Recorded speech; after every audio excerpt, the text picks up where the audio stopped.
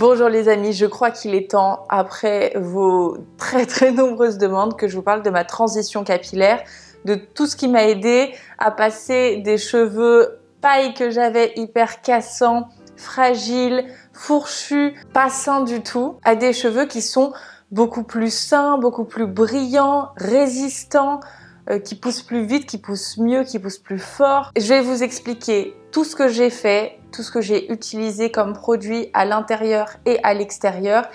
Et je vais aussi vous donner des conseils sur les gestes qui m'ont aidé à retrouver des cheveux en bonne santé.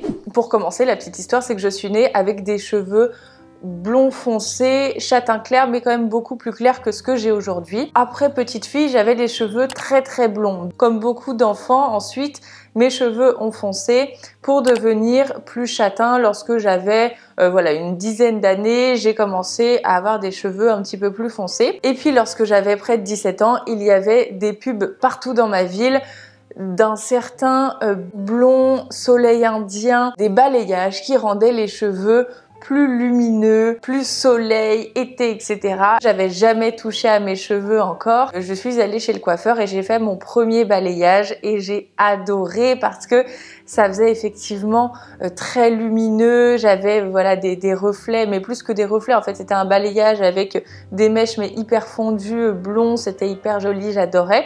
Et je suis tombée bien sûr dans la spirale du blond. Quand tu commences à faire blond, tu veux toujours plus. Tu veux plus clair, tu veux plus blond, tu veux plus lumineux. Le premier balayage, ça allait. Mais le fait est que la répétition des dizaines et des dizaines de balayages a complètement bousillé mes cheveux. Et ça, c'est le premier point que je voulais aborder. La cause principale de mes cheveux paille, c'était les traitements à répétition, les décolorations qui vont finalement attaquer la fibre de ton cheveu, les écailles, etc.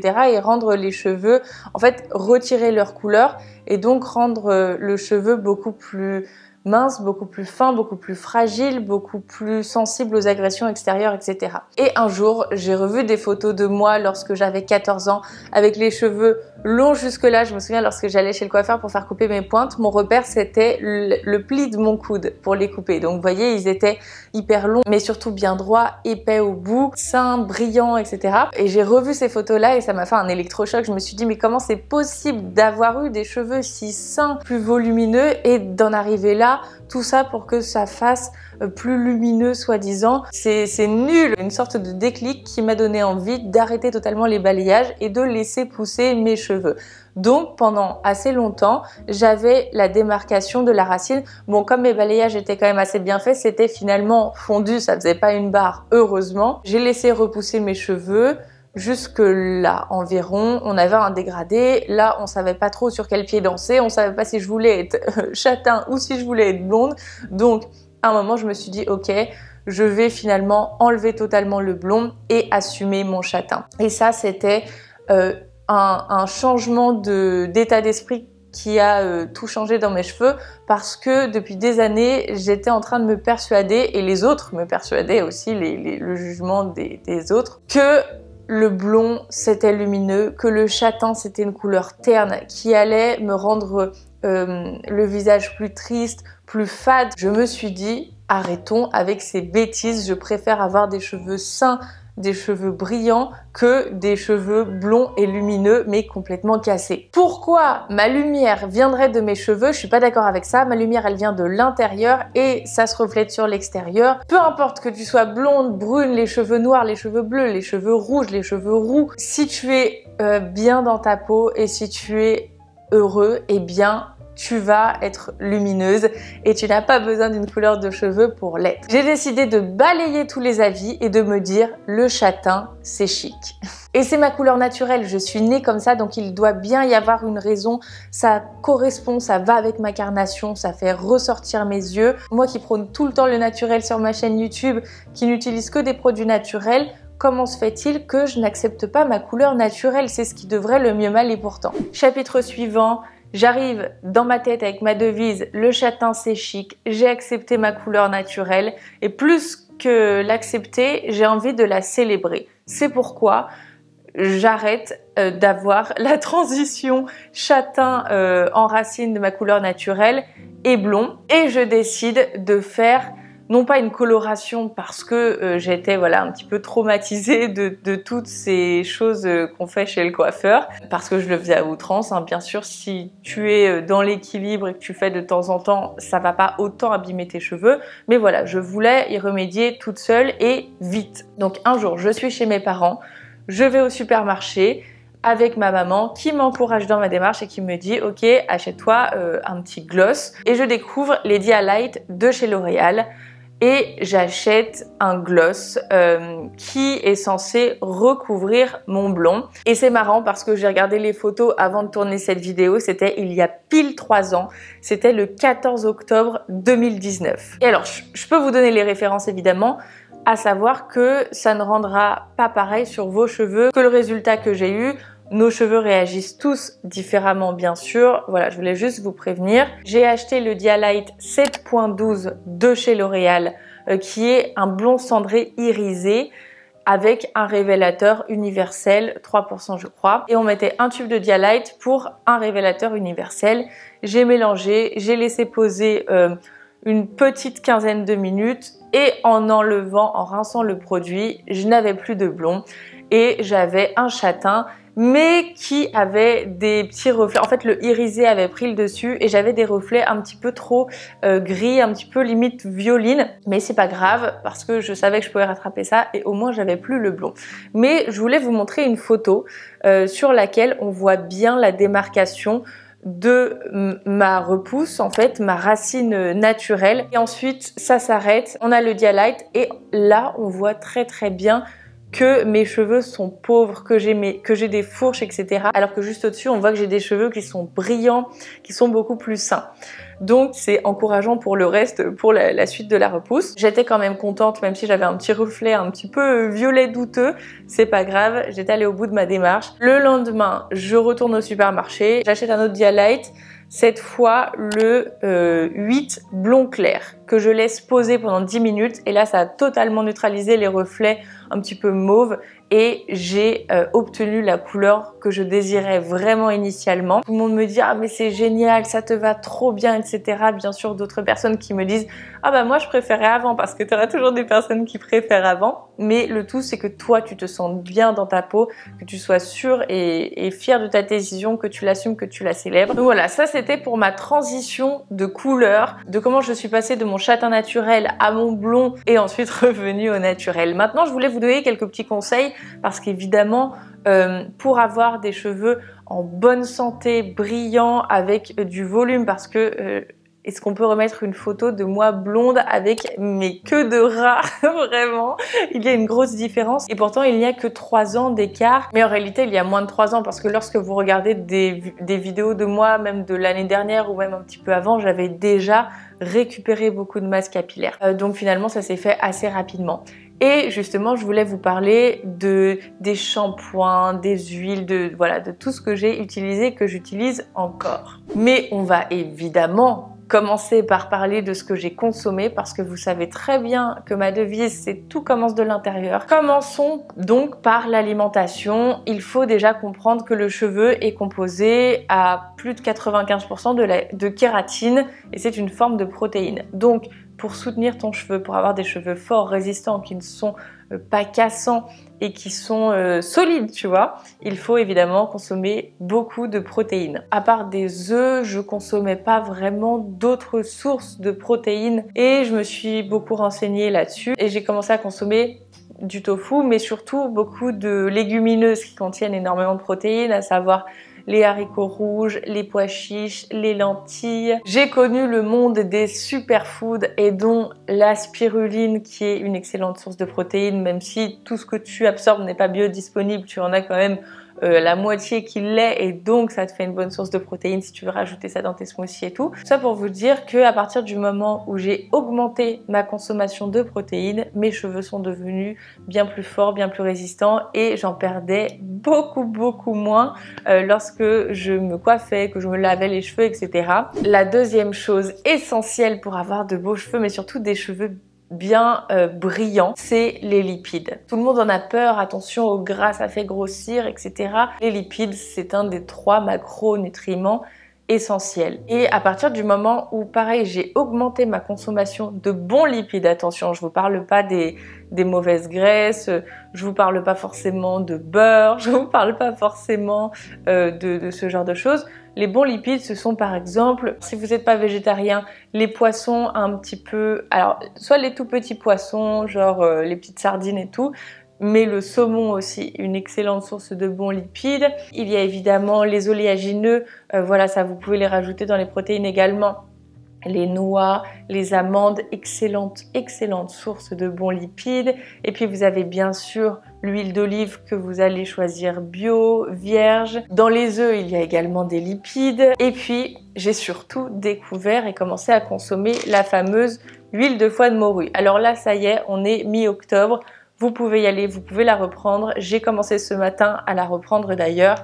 En France, même si vous exposez 15 minutes au soleil, ça ne suffira pas parce que la qualité du soleil n'est pas la même que si vous habitiez en Amérique latine par exemple. On a besoin de se complémenter en vitamine D lors de toute la période froide en fait en France. Vous ne trouvez pas tout dans votre alimentation. Malheureusement, ça c'est un mythe et si de si bons compléments alimentaires et des superfoods existent, pourquoi ne pas en profiter? Parce que personnellement, j'ai vu la différence au niveau santé. Ça, pour les défenses immunitaires, c'est exceptionnel. Je ne tombe jamais malade. Et surtout, au niveau beauté, c'est formidable également. Pour la peau, l'élasticité de la peau glowy, mais surtout pour la brillance des cheveux, ça c'est exceptionnel. C'est de l'or en bouteille. D'ailleurs, ce sont des petites gélules dorée. Vous en prenez une par jour et on a dans une gélule 400 microgrammes d'huile de foie de morue. On a bien sûr les oméga et voilà, là on a des bons oméga 3 qui permettent d'avoir, comme je vous le disais, une belle peau bien nourrie, élastique, en bonne santé et de très beaux cheveux. On a également de la vitamine A dedans et je crois que c'est la raison pour laquelle les femmes enceintes ne peuvent pas consommer d'huile de foie de morue. Voilà pour les deux catégories d'aliments qui ont énormément aidé mes cheveux, les protéines et surtout les protéines végétales ou alors les œufs et également les bons lipides et cette fois l'huile de foie de morue exceptionnelle. Maintenant je vais vous parler de ce que j'ai appliqué et que j'applique encore sur mes cheveux. En externe, j'en suis également fan, que ce soit pour la peau ou pour les cheveux, les huiles végétales, c'est un don de la nature, c'est absolument magnifique. Je vais pas vous mentir, je le fais pas chaque semaine, mais j'essaye une fois toutes les 2 semaines, toutes les 3 semaines parce que maintenant j'en ai moins besoin. Mais lorsque je voulais que mes cheveux repoussent plus vite, que j'avais, vous savez, l'entre-deux mi-châtain et mi-blonde avec encore le balayage, eh bien je le faisais chaque semaine.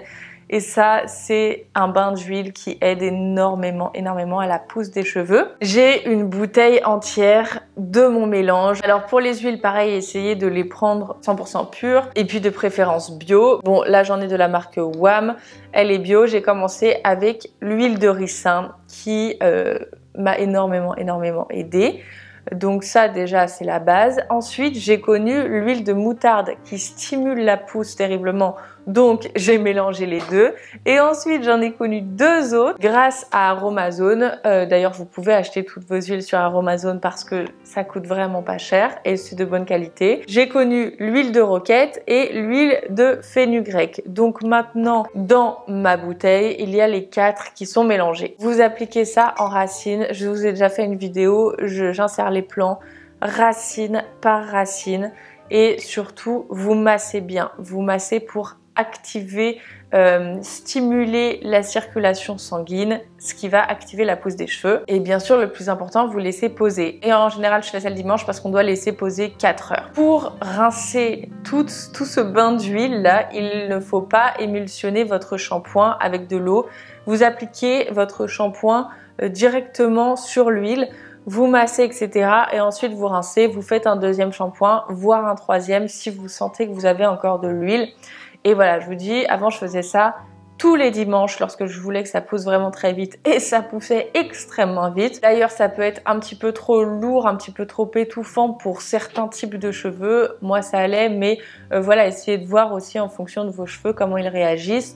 Essayez sinon de faire une fois tous les 10 jours ou tous les 15 jours. Et moi, comme je vous le disais, bah voilà, je fais une fois toutes les 3 semaines environ. Maintenant, passons au shampoing et surtout la manière de se laver les cheveux parce que ça a terriblement changé ma nature de cheveux également. Alors, tout le monde me demande mon shampoing, c'est pas le truc qui change vraiment mes cheveux, que j'en utilise un ou un autre. Je vois pas une différence fondamentale parce que la base est saine et que bon bah voilà, oui, j'ai les cheveux propres après, mais j'ai pas un shampoing vraiment exceptionnel à vous recommander. Je vous recommanderais toutefois de vous tourner vers des formulations qui sont assez clean. J'ai essayé les shampoings solides, ça me plaît pas. Franchement, j'ai essayé, hein, mais rien que la galénique me plaît pas du fait de devoir frotter mon shampoing. Ça me convient que pour les pins, pour laver mon visage éventuellement. Mais pour les cheveux, j'ai envie d'un truc liquide. Donc j'ai trouvé une marque, enfin ma maman a trouvé une marque qui s'appelle NAE, qui est bio. C'est une marque italienne. Ça, je trouve ça très bien parce que c'est la bonne alternative entre le shampoing traditionnel et le shampoing ultra clean sans aucun composant négatif, mauvais. Ça, je vous dis pas que c'est 100% clean, mais en tout cas, ce sont des ingrédients bio. Et lorsque j'ai scanné sur Inky, qui est quand même une application un petit peu plus sévère que Yuka, on va le refaire ensemble. On est à 12/20. Donc vous voyez, c'est pas un produit à 18/20, cependant ça reste dans le vert. Et voilà, pour moi, c'est vraiment la bonne alternative. Une chose très importante que je dois vous dire, c'est de connaître votre nature de cheveux d'ailleurs, parce que quelque chose qui a littéralement changé l'aspect de mes cheveux, c'est d'arrêter de me faire avoir par le marketing. Et j'ai entendu toute ma vie qu'il fallait faire un après-shampoing après le shampoing, et même un masque après, etc. À partir du moment où je n'ai fait que un shampoing, 2 shampoings d'ailleurs, je me lave une première fois les cheveux et une deuxième fois après. À partir du moment où je n'ai fait que des shampoings et que j'ai arrêté de faire des masques et des après-shampoings, j'ai regagné tout mon volume. Parce que mes cheveux sont mous. J'ai eu la confirmation lorsque je suis allée la dernière fois pour faire un petit dégradé chez le coiffeur. On était au bac, il me fait un shampoing et il applique un soin et je lui dis écoute, tu vas voir, si tu appliques un soin, t'arriveras pas du tout à styliser mes cheveux après. Il dit mais non, mais c'est bien le soin, ça nourrit et tout. Ok. Et effectivement, il a essayé de faire une boucle, mais elle n'a absolument pas tenu. Elle est retombée immédiatement. Et il m'a dit mais c'est incroyable, j'ai jamais vu un cheveu aussi mou. Tu as les cheveux trop sains. Il disait ça en rigolant, mais le fait est que mes cheveux n'ont pas besoin d'après-shampoing ou de masque. C'est pour ça que c'est important de connaître votre nature de cheveux. En revanche, si vous avez de nature des cheveux assez secs, là, vous allez peut-être avoir besoin de faire des masques carrément, même pas forcément des après-shampoings, mais des masques après chaque shampoing. Donc, connaissez votre nature de cheveux. Ça va tout changer parce que ce volume-là, je l'ai depuis que j'ai arrêté de me faire avoir par le marketing, par les on dit que, etc.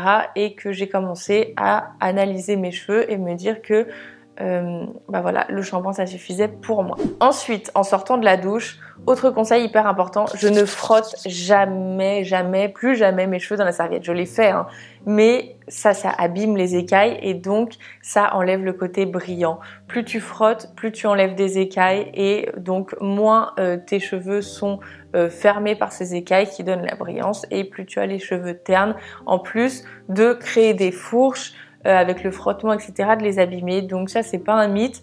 Il faut vraiment...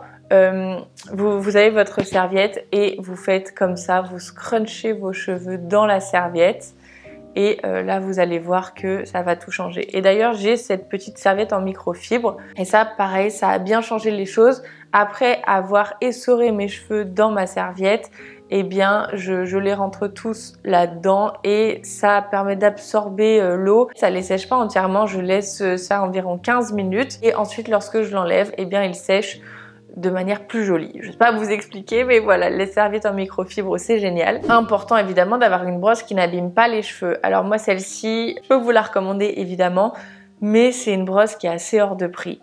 C'est la Scalp Brush de chez S-Art. Effectivement, elle est bien pour stimuler la pousse, pour coiffer les cheveux. D'ailleurs, les cheveux, c'est mon coiffeur qui m'a dit ça. Tu dois pas les coiffer comme ça, tu dois les coiffer comme ça, dans le sens vertical. Et surtout, si tu fais des soins, viens bien brosser tes soins. Tu peux le faire avec cette brosse-là.